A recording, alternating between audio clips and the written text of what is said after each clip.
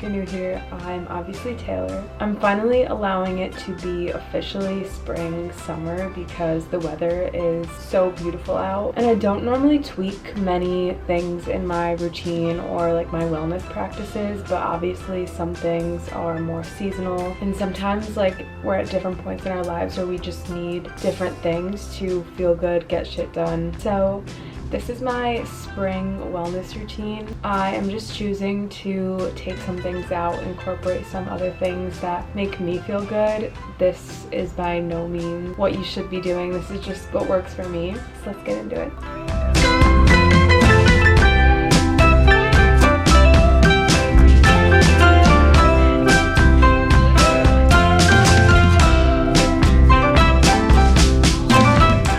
Movement is something that I am prioritizing this season.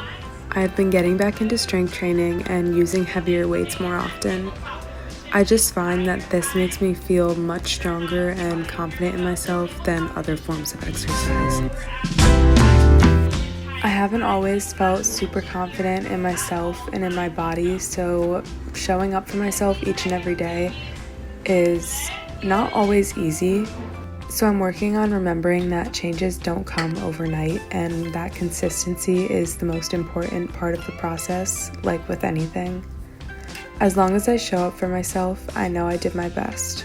And I think success in anything comes from repeatedly showing up for yourself and putting in the reps.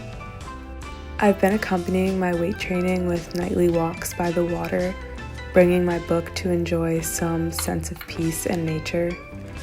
Reconnecting with nature is a way to bring me a sense of calm when my mind doesn't naturally do that, so it's been the perfect way to end my days.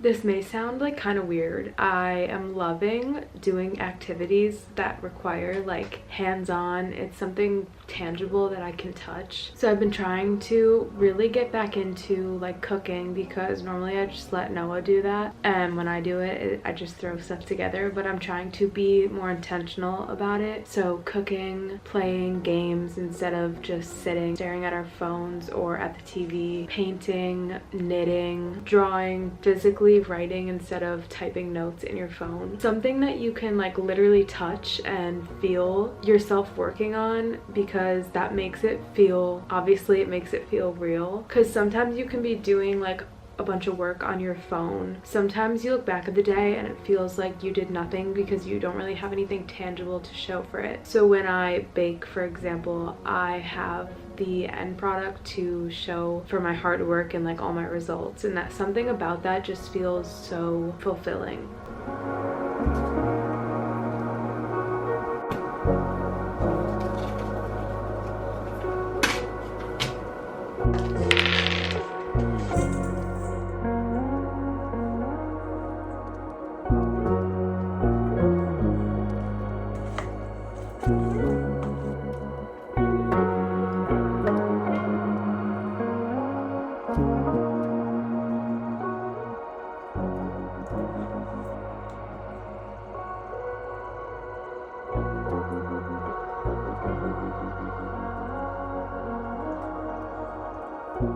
I have been noticing that my attention span and just like overall time spent scrolling on my phone has been increasing. Well, my attention span's decreasing, but the time on my phone is slowly increasing. And I've been looking for ways to kind of combat that, and also when I am on my phone or on my computer, make it productive. So I've made it a point to, instead of doing the short form content like scrolling on TikTok or Instagram, I've been making it a point to consume long form content, so that can like kind of help my attention span. And also, I mean, it depends on what you pick, but a lot of the long form content that I'm choosing is more educational over like mindless brain rot. So I've been loving Substack articles. Like, I'm obsessed. I try to read one every single day. It doesn't happen all the time, but I've been trying to consume more of that. I have a bunch on my TikTok. It's just made by TJ, if you want like recommendations. But I've also been looking and watching like new YouTube channels. Like I mentioned, Neuro Knowledge, really good and like educational. I've been listening to more podcasts and just like watching more movies, get myself away from the